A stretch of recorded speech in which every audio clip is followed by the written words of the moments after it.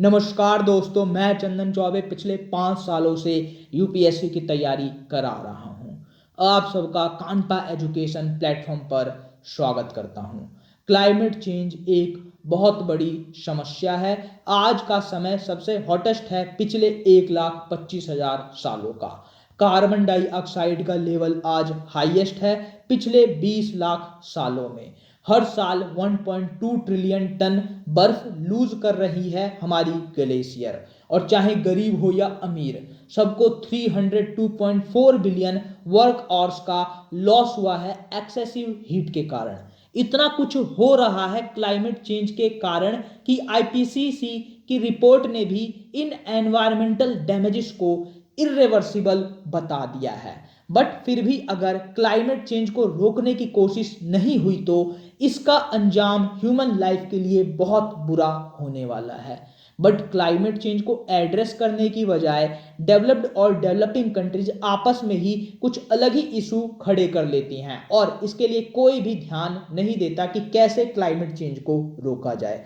But इस साल COP27 summit जो इजिप्ट में आज से शुरू होने वाली है, वहां इंडिया ने डेवलप्ड कंट्रीज के सामने कुछ डिमांड्स रखने का निर्णय लिया है। बट भारत ही क्यों, कोई और डेवलपिंग कंट्री क्यों नहीं डेवलप्ड कंट्री के आगे खड़ी होकर के अपनी डेवलपिंग कंट्री को रिप्रेजेंट करते हुए डिमांड्स को रख सकती है? ऐसा बाकी कोई और दूसरी डेवलपिंग कंट्री क्यों नहीं कर सकती? तो देखिए दोस्तों, ये सिर्फ इंडिया ही कर सकता है। इंडिया ही सिर्फ अपनी डिमांड्स डेवलप्ड कंट्री को, यानी डेवलपिंग कंट्री की तरफ से डिमांड जो है वो डेवलप्ड कंट्री के आगे रख सकता है। इवन चाइना भी ये नहीं कर सकता, क्योंकि दोस्तों इंडिया ने इसके लिए काम किया है। इंडिया ने 2030 का टारगेट 40% रिन्यूएबल एनर्जी से बिजली बनाने का, उसको अचीव कर लिया 2022 में ही, ठीक 8 साल पहले। 2030 का टारगेट 2022 में, और इसके बाद से अपना नेट जीरो इमिशन का टारगेट जो है 2070 तक बनने का कमिटमेंट भी वर्ल्ड को बता चुका है। इंडिया खुद इस COP27 समिट में अपने 2030 के नए टारगेट लेकर आया है, क्योंकि 2030 के जो पहले टारगेट कहते हैं उसको तो पूरा कर चुका है, और अब जो नए टारगेट है वह और ज्यादा एक्चुअल में स्ट्रिक्ट है। यहां पर 50% रिन्यूएबल एनर्जी जनरेट करने का लक्ष्य रखा गया है। उसके बाद से जो यहां पर 45% जीडीपी का इंटेंसिटी था, इमिशन इंटेंसिटी, उसको 45% कर दिया गया है, जो कि पहले 33 से 35% था। तो इंडिया दोस्तों यूं ही डेवलप्ड कंट्री के आगे डिमांड्स लेकर नहीं पहुंच गया है, इसके लिए हमने काम किया है जी। अपने इस लेक्चर में मैं आपको बताऊंगा what will India's demands from developed Nations and what is NCQG। But उससे पहले मैं आपसे पूछूंगा एक question: who is the biggest absorber of the CO2 from atmosphere? और आपके ऑप्शन है: A land forest, B ocean, C wetland and D soil. Answer कीजिए कमेंट सेक्शन में, आपके आंसर को हम हार्ट दे देंगे। तो दोस्तों, union environment minister Bhupendra Yadav COP27 summit के लिए इजिप्ट पहुंच चुके हैं, और यहां पर इंडिया डेवलप्ड कंट्री के आगे कुछ डिमांड रखने वाला है। और ये डिमांड्स हैं: climate finance, technology transfer, capacity building for adaptation for developing countries. Climate finance में सबसे इंपॉर्टेंट है फाइनेंस की डेफिनेशन डिसाइड करना।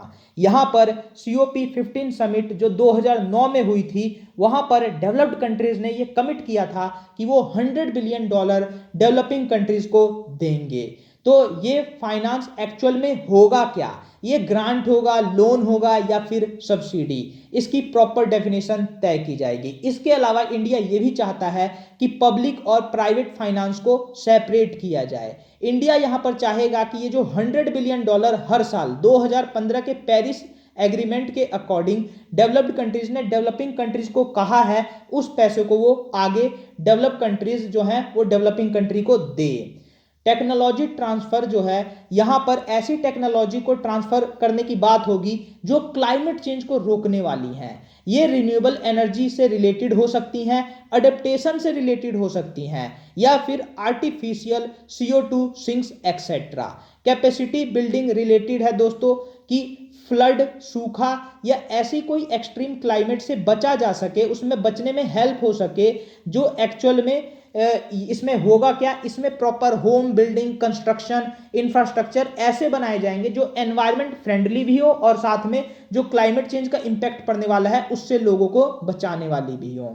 अब बात की जाए एनसीक्यूजी की, तो देखिए दोस्तों, एनसीक्यूजी की फुल फॉर्म होती है न्यू कलेक्टिव क्वांटिफाइड गोल्स, जो कि COP27 का एग्रीमेंट होने वाला है।